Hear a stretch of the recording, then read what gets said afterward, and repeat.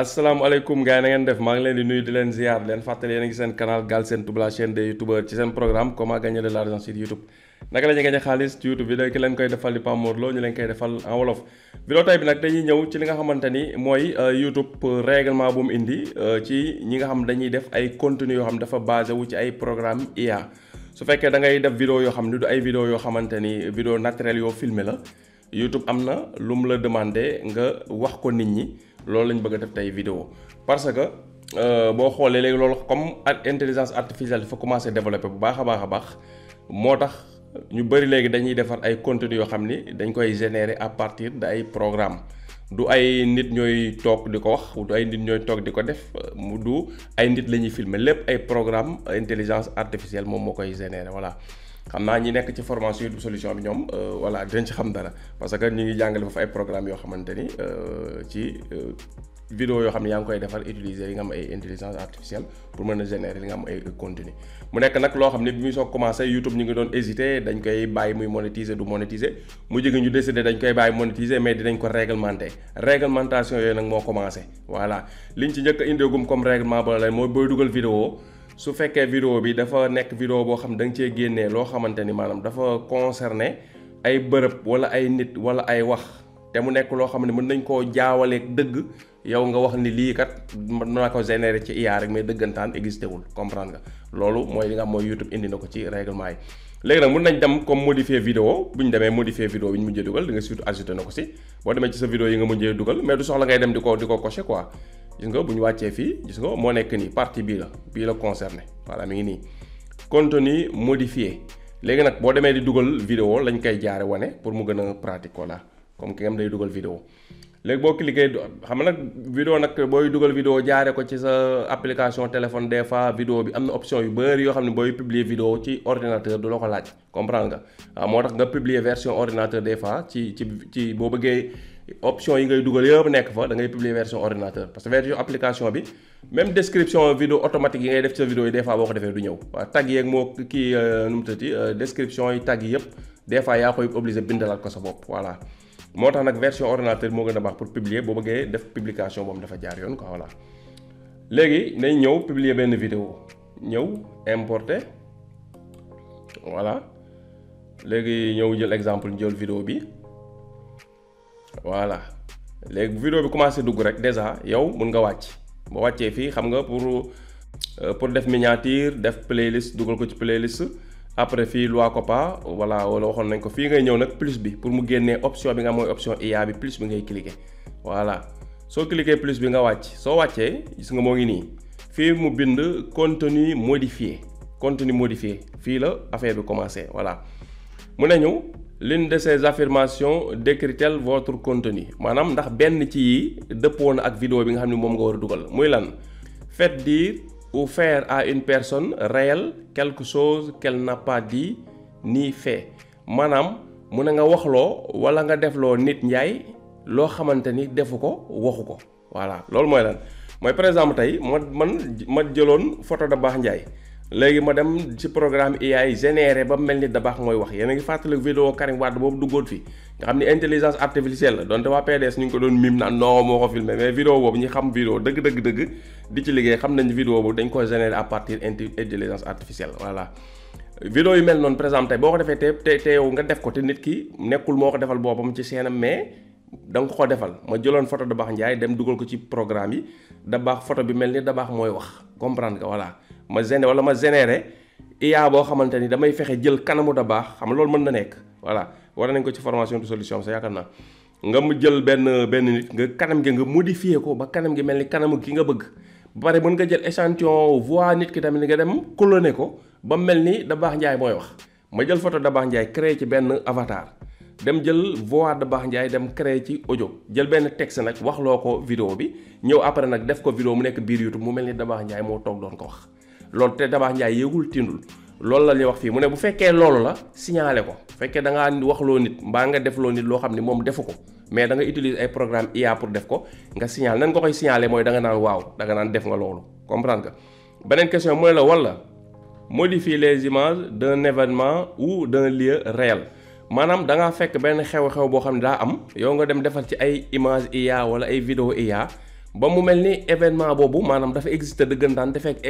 événement bi existé wul maanaam benn xew-xew wala benn bërëb boo xam ne yow da nga dem répliquer ko ut ay image IA ba mu mel ni bërëb boobu moo dafa existé dëggantaan te existé wul nga def ko mu nduróo ba kenn mënu ko xam comprendre nga da nga ko war a signaler. su fekkee tam maanaam da nga def benn xew-xew boo xam ni dafa xew comprendre nga yow nga sukkandiku nag ci xew-xew bu mel noonu créer sa beneen xew-xew bopp ba nit ñi jaawale loolu daa xew wala xewul te fekk xewul yow yaa basé ko ci benn xew-xew créer ko ba kenn mënu ko xam YouTube tam mu ne la nga signaler ko boobaa da ngay coché fii nga def wii bi nga ne ba léegi yow modifier nga loo xam ni mën na réeral nit ñi. mun nañu tam ba léegi génère une scène d'apparence réaliste qui n'a pas eu lieu maanaam nga créer benn jotaay wala benn lu nekk la mën a nekk daal benn bërëb wala benn jotaay wala benn xew-xew mën na nekk itam loo xam ne ay nit ñu toog di waxtaan nga créer ko wala mais loolu li ciy génn dafa nuru dëgg ba parce que mën nañ ci gis ay nit dëggantaan yoo xam nit ñi dañ leen a xam ñu defee ne ñoo doon def loolu ci scène bi ñoo def loolu par exemple tey mën naa tamit def ay nit yu toog nii si benn mbedd di waxtaan ma def ay nit dëggantaan yoo xam nit ñi xam nañ leen mu mel ni ñoo fa toogoon te ñooñu mosuñu jaar foofu yooyu yëpp nga générer ko à partir ay image wala ay vidéo IA su boobaa da nga koy souligner parce que da nga créer ay scènes yoo xam ni maanaam d'apparence réaliste dafa nuru dëgg comprendre nga te fekk na loolu musta xew bu boobaa da ngay cliquer wii bi tam nga ne loolu nga def sa vidéo su boobaa nag léegi YouTube après dinañ si ñëw après ci page règlement bi YouTube dina ko signaler nit ñi mun leen vidéo bi kat li ngeen ci gis maanaam du réalité ngeen bàyyi ko xel dañ koo defar rek voilà pour mu nit ñi pour YouTube lañ si juddu pour yow sa vidéo yi nga def bañ a tromper doomu aadama yi koy seetaan voilà loolu la su fekkee nag loolu yëpp amu si bu la neexee mun nga cocher non su fekkee da ngaa def ay vidéo IA mais vidéo IA yi nga def daa mën a tromper nit ñi parce que da nga cee wane loo xam ni lu war a am dëggantaan la te en réalité amul yaa ko fabriqué nga war a ci ni kenn nit kuy wax te en réalité kooku waxul loolu wala nga def ci nit koo xamante ni mi ngi def benn affaire te kooku deful loolu war nga war ci benn bërëb boo xam ne dara ma nga fay xew te en réalité bërëb boobu loolu xew fa yow yaa ko créé à partir ay intelligence artificielle su boobaa da nga naan wii loolu am na ci sa vidéo su fekkee nag def nga vidéo yoo xam ne ay programme IA la mooy loolu yëpp amu ci li nga def ci VIA bi ay affaire la yoo xam ne ku xool dina xam ne lii existé wul dëggantaan quoi mais information nga bëgg a joxe wala yooyu parce que avatar bi nga def ko xool dina xam nit du nit dëggantaan wala yu demee noonu mën nga ni sa vidéo IA bi loolu amu ci nga coché don bi comprendre nga wane loolu amu si léegi nag bu dee comme vidéo yi may dugal man maa taxaw di wax vidéo yoo xam naturel la ku xool dina xam lii du IA vidéo naturel la su la neexee mën nga bañ a coché benn parce que pour l'instant YouTube dafa la gula obligation ne la il faut nga am boo ci coché déedéet comprendre nga mën nañ dem ba si kanam nag ñu def la ne la par exemple tey vidéo bi bu fekkee lii yëpp da cee am da ngay def fii su dee amu ci rek nga def non te pour l'instant nag booy def sa vidéo bopp moom soxla ngay coché bu la neexee nga bàyyi nii bu la neexee tamit ngay def sa vidéo bopp nga coché non wane ni non sama vidéo bi lu jëm ci wàllum IA modifié yëpp dara amu si comprendre nga loolu yaay xool pour l'instant defaguñ ko obligation buñ ko defee obligation nag toujours dinañ la jox maanaam option nga choisir mais fi mu nekk nii dañ la def nga cliquer yaa ngi yëngatu ci IA te def nga loo xamante ni nee na nga souligner ko parce que génnee nga waxloo nit koo xam ni waxul loolu voilà def nga photo Sonko di ko waxloo benn affaire te waxu ko nga cliquer fii ne vraiment man maa ko defar lii waa ji waxu ko quoi voilà su fekkee def nga benn programme IA mais ay affaire nga ci génne rek yoo xam ni ñëpp dañu xam ni lii moom voilà lu ñu fabriqué la mais da ngay jàngale wala yu demee noonu mais daray kenn génnu ci comprendre nga kenn génnu ci rek koo xam ne existé dëggantaan la nga cloné ko su boobaa mën nga def waaw def nga IA mais lii yëpp nekku ci nga def non bi comprendre nga voilà loolu mooy li nga xam ne moom bu ci am mu ne ñu pour respecter le règlement de YouTube vous devez nous préciser si votre contenu est modifié ou synthétique et s'il a l'air vrai maanaam su fekkee pour boog nga respecter règlement YouTube bi il faut lii nga def ko bu dee da ngay dugal ay contenu IA la maanaam pour nga wane ni ba xam sa contenu modifié la wala contenu synthétique la maanaam yëpp mooy contenu yoo xam daal am na ay ressources ci IA gu demee noonu voilà wala contenu bi dafa dem loo xam dafa nuru dëgg comprendre nga voilà dafa nuru dëgg trop ba xam ne kenn mënu ko xàmmee dëgg gi te fekk du dëgg yëpp bu ci amee il faut nga coché bi nga xam ne moo dëppook vidéo bi mën nañu cela comprend les sons ou les visuels réalistes créés avec l'IA ou d'autres outils maanaam mu ne loolu ba léegi bokk na ci li nga xamante mooy ay son su les son nag maanaam musique mën na dugg wax mën na dugg comprendre nga yoo xam da nga ko utiliser à partir ay programme IA ba mu ndur dëggantaan te fekk loolu amul maanaam comme nga jël baatu nit cloné ko waxloo ko benn texte boo xam ne waxu ko comprendre nga wala nga jël musique gu jàmbur dem cloné ko créé ci beneen musique bu mu nduroog moom ba kenn mënu ko xàmmee te fekk du moom yooyu yëpp bu ko defee da nga koy signaler voilà. wala visuel loo xam ne image la vidéo wala photo la boo xam ni kenn mënul xam ndax dëgg la wala lu dëgg soo ko defaree itam da nga koy signaler comprendre nga voilà. moo xam nga defaree ko IA wala yeneen programme yu mel ni IA voilà loolu leer na mu ne ñu si vous sélectionnez oui un libellé sera ajouté à votre contenu su fekkee da nga def oui maanaam am na loo fi def loo xam nuru na dëgg te du dëgg nga coché oui bi YouTube dina am benn libellé maanaam benn xàmmeekaay bu mu def ci vidéo boo xam ni pour wan ñi seetaan ne leen vidéo bi ngeen di seetaan kat am na lu ciy génn loo xam nuru na dëgg waaye du dëgg dañ koo créé waaw YouTube dina ko yokk ci vidéo bi pour l'instant nag ñi nekk di ko seetaan vidéo bi ci téléphone ñoom ñoo koy mën a gis soo ko defee ci sa vidéo ñi nekk ci ordinateur mënaguñ ko gis pour l'instant voilà muy mel ni comme lii rek pour l'instant nii sooy def sa vidéo bopp soxlu ngay cliquer dara bu la neexee mais bu dee da ngay def ci vidéo IA rek il faut di nga cliquer oui wala nga cliquer non waaw jusqu'à nag YouTube di defaat ay modification voilà léegi ñu dem si en savoir plus bi pour am tuuti détail voilà détail yu gën a kii tuuti quoi voilà mu ne ñu exemple de contenu modifié ou synthétique mu jox ñu fi ay quelques cas quoi mu ne ñu la liste suivante inclut des exemples de contenu modifié ou synthétique ceux-ci peuvent inclure les contenus entièrement ou partiellement modifiés ou encore générés à l'aide d'outils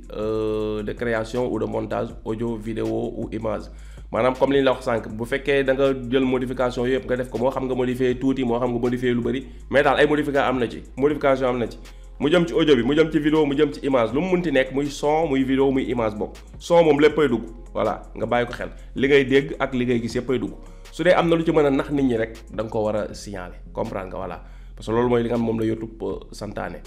mu ne ñu pas de signalisation nécessaire par les créateurs maanaam façon yi nga xam ne mën na am nga laal ci IA te du soxla nga koy signaler mu jox ñu quelques exemples mu ne lan mooy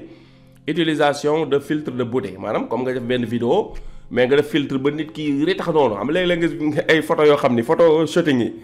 nit ki bu ñu ko photo ba pare yow boo gisee photo bi ak suba nga dajeek moom ci mbedd mi da ngay defee ne ñaari nit yu bokkul la parce que gars yi dañ koy def ay effets yoo xam ne nit ki yaram bi dafay mel ni plastique day rafet voilà yéen koy gis bis bu nekk ci affaire yi mooy comme Snapchat yi rek voilà da koy ritaxal loolu du lu bokk ci quoi du lu garaaw du jarul signaler parce que dinañ xam ne da ngaa ritaxal nit ki mais en réalité moom la voilà. fii mu nañu génération ou extension synthétique d'un fond d'écran pour simuler une voiture en mouvement mooy comme par exemple yooyu fond vert yi la mooy yi ngeen di gis ne des fois maanaam nit nekk ci oto di dawal te après boo gisee vidéo fond vert nga gis nit ki da nga bougé wu loon fond vert lañ utiliser mu mel ni mi ngi dem mi ngi romb ay kër ak yu demee noonu yooyu du soxla tamit signaler quoi ngay signaler ni dama modifier nangam yooyu soxla ko yooyu accepté nañ ko voilà. utilisation d'effets pour améliorer les enregistrements antérieurs maanaam nga am ay effets yoo xam ne da nga ko def pour enregistrement yi nga def ci ay coppite pour ñu gën a maanaam son yi gën a set wala bu dee ay audio la mu gën a lisse wala bu dee image bu gën a rafet yooyu tam du lu garaaw voilà. utilisation d'une animation générée par IA montrant un missile dans une voiture par exemple mu ne day bu dee da nga defar ay animation yoo xamante ni maanaam wala nga générer à partir IA loo xam ne dafa mel ni ay oto missile bu nekk ci oto wala yu demee noonu xam nga loolu du image bu réel loolu la bëgg wax fii rek lii nag day yóbbaale yépp yi nga xam ne image yoo xamante ne la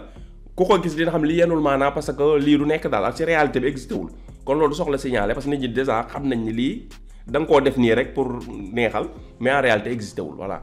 yi nga xam ne nag mu ne signalisation nécessaire par les créateurs yi nga xam ne moom ak yi mel ni ñoom yi nga xamante ne yépp dañ ko war a signaler voilà. mu nañu génération ou modification numérique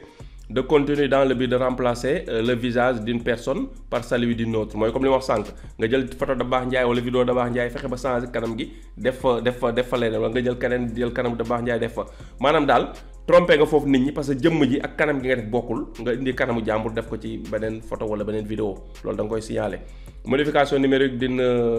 célèbre scène de course-poursuite en voiture pour y inclure une célébrité qui ne figurait pas dans le film original maanaam mu ne ñu pare nga exemple bi muy joxe fi mooy comme nga jëloon benn film wala benn théâtre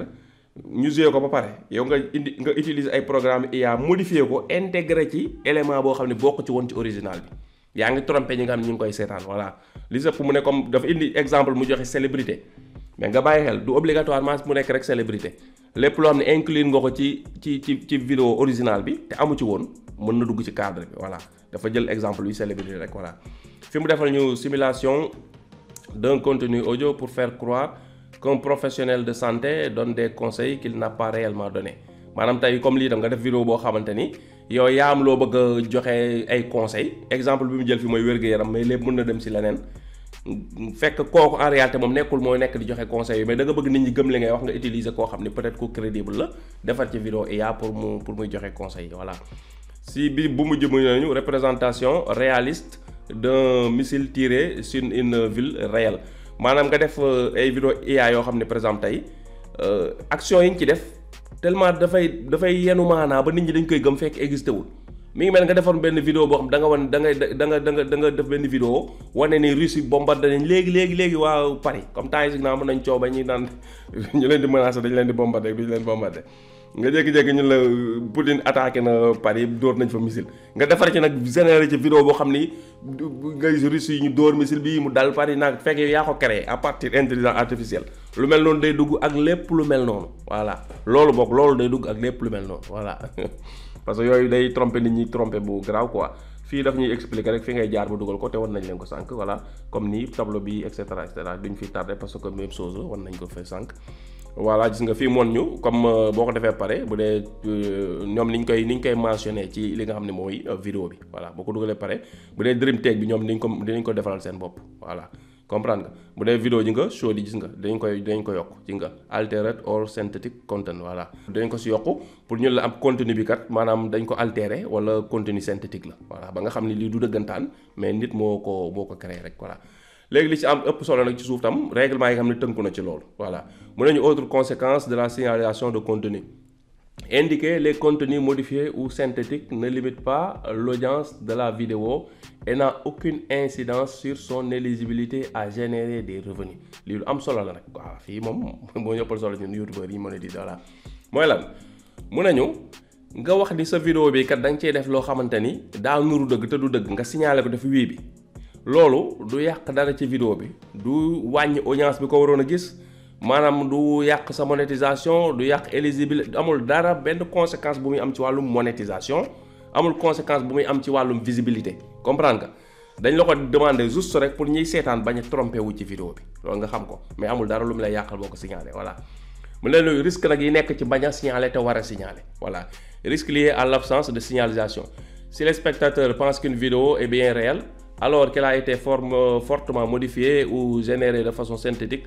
pour paraître réaliste cela peut les induire en erreur su fekkee da nga xam vidéo am da nga ko war a signaler te signaler woo ko maanaam xam nga loolu mën na tromper ñi nga xam dañ koy seetaan voilà mun nañ dans certains cas lorsqu'un contenu n'est pas signalé YouTube peut prendre des mesures afin de réduire le risque de préjudice pour les spectateurs en appliquant de manière proactive un libellé que les créateurs ne pourra pas supprimer maanaam mun nañu su fekkee ni yow da nga ko war a def te defoo ko nga war a signaler sa vidéo parce que génnee nga ci loo xam dafa nuru dëgg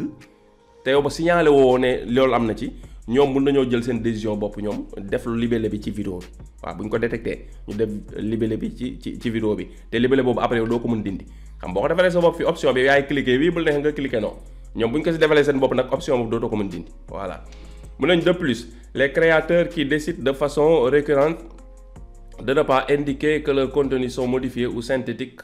pourront faire l'objet de pénalités de la part de YouTube. mun nañu nag ñi nga xam ne nag maanaam du ñu signalé YouTube di defal boppam YouTube nga defaat signalé woo sa bopp YouTube détecté ko defaral boppam bu yàggee nee na loolu mun na am ay pénalité yu mu la indil mu ne mooy loolu mooy lan mun nañ dem ba supprimer contenu bi contenu yi nga xam da nga koy dugal doo ko signalé YouTube mën na ko supprimer mën nañ dem tam ba génnee la ci programme partenaire monétisation maanaam ñu démonétiser sa chaîne loolu kon nit ñi ko jël au sérieux kopp ko xamante ni vidéo YouTube yi nga xam da nga koy def yaa ngi def programme IA nga dem di copier loo xam dafa nuru dëgg te du dëgg da nga ko signaler ba ñuy seetaan xam ne lii yaa ko defar mais existé wul dëggantaan bu fekkee nag IA ngay def te li ngay def IA moom lu kii la rek lu artificiel la nit ñi xam nañ lii maanaam comme benn photo boo jël benn waaye def ko muy wax nit ñi gémmiñ gi dong la ñuy gis mais xam nañ ne photo buy wax la quoi loolu soxlul bu la neex doo ko signaler parce que YouTube dafa goo ko obligation ne ku def programme IA rek obligatoire da ngay signaler da laa demandé nga signaler ko sa bopp comprendre nga voilà kon kenn ku ne dala bàyyi yow nga am honnêteté di ko defal sa bopp soo ko defal sa bopp nag ñoom soo ko jël seen ay mesures voilà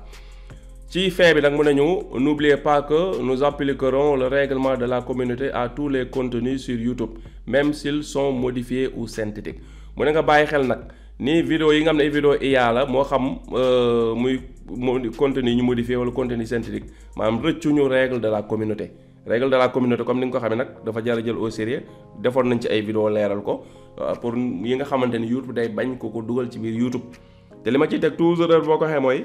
même bu dee yaa ngi dugg ci biir YouTube gis vidéo yoo xam ne boo leen seetaanee xam ni dañuy jalgati règle de la communauté bu mu la motiver yow nga def ko parce que ñooñu xamoo lu tax ñu koy def te YouTube supprimer wul seen kon bu leen toppandoo da ngay gis des fois ku leen toppandoo dugal benn vidéo donc YouTube supprimer vidéo ba démonétiser la nga gis keneen koo xam ne mi ngi ci yor yu bari ci seenam mais mel ni YouTube yëgul ko yaramam parce que yow miy dugg ci programme monétisation ak ki ci duggul bokkuñu yow mi YouTube détecte ak ki mu détecté wul bokkul sàcc bi moom sàcc la rek comprendre nga day sàcc di raw am ñi sàcc ñu leen di jàpp mais nag doone Samba Ndiaye moom wala Paate Diop moom sàcc la te mi ngi sàcc di raw kon pourquoi man ñu may jàpp parce que day raw voilà mi ngi sàcc di raw bis dina ñëw danañ ko jàpp yow nag li gën a wóor mooy bu ko toppandoo rek boo ko toppandoowul kenn du la mës a jàpp parce que kenn du la wóor ba lay jàpp voilà noonu lañ ko mën a paraboler quoi pour mu leer kon ñu ngi leen jox rendez-vous ba vidéo bii di ñëw incha allahu rabbi comme ni ngeen ko xamee nag leer na mi ngi nii bu fekkee vidéo bi dafa am IA fii ngay coché boo xamante ni daa wone loo xamante ni maanaam comme vidéo Karim Wade boobu de exemple tey su doon man dama koo dugal sama chaîne dama ko war a coché parce que vidéo Karim Wade boobu du Karim Wade en réalité voilà da nga ko war a coché voilà exemple boobu moo gën a simple kon ñu leen jox rendez-vous ba vidéo bii di ñëw incha allah rabbi jërë ngeen jëf.